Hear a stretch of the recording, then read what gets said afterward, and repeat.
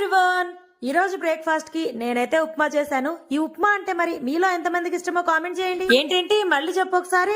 ఏం అడుగుతున్నావు అక్క? ఉప్మా ఏంటి, ఇష్టం ఏంటి? ఉప్మాని ఇష్టపడే వాళ్ళు కూడా ఉంటారు.